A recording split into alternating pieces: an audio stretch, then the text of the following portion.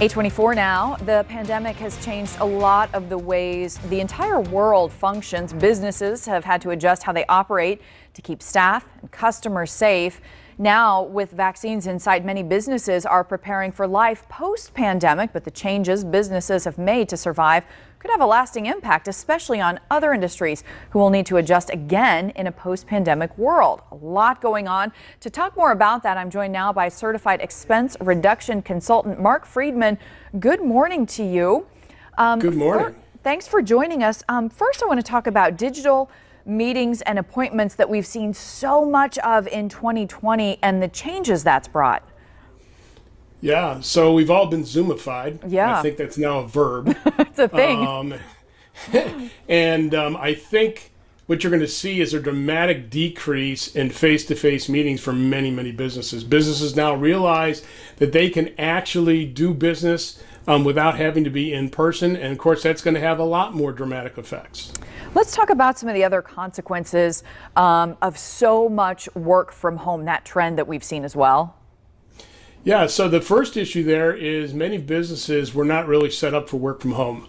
And with all the different hacks we have, the cybersecurity issues that we have, you really need to make sure that you've got a VPN connection that's secure, that can't be penetrated, and actually is used, forced to be used by employees when they log into your main employment headquarters servers. It's so important that you have to take that step.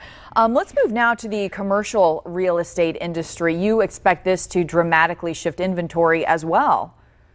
Yeah, I think inventory will be dramatically affected, as you mentioned. And the reason being is with everybody being able to now what they call hotel, meaning you don't necessarily need a dedicated office. You need just a space to come to the office. Many offices were actually already doing this, but now because as businesses are growing and they're adding employees to their payrolls, they actually don't need to increase their footprint.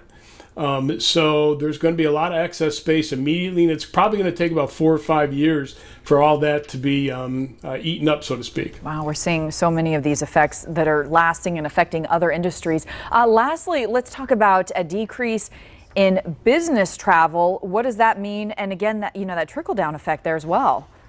Right. So every time there's an issue that affects a segment of the market, it certainly is trickle down. It's trickled down to the fact that if people are not traveling, you have fewer seats needed on airlines, fewer seats needed on trains, fewer seats needed anywhere on any kind of public transportation.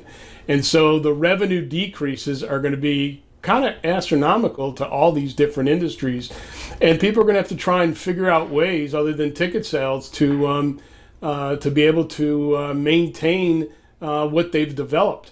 And in addition to that, it's going to be some time before we even get back to any kind of levels. It'll probably be about maybe 3, 4, 5 years. Right. One thing that we're probably going to see as a pop when this pandemic is over is there'll be a lot of leisure travel.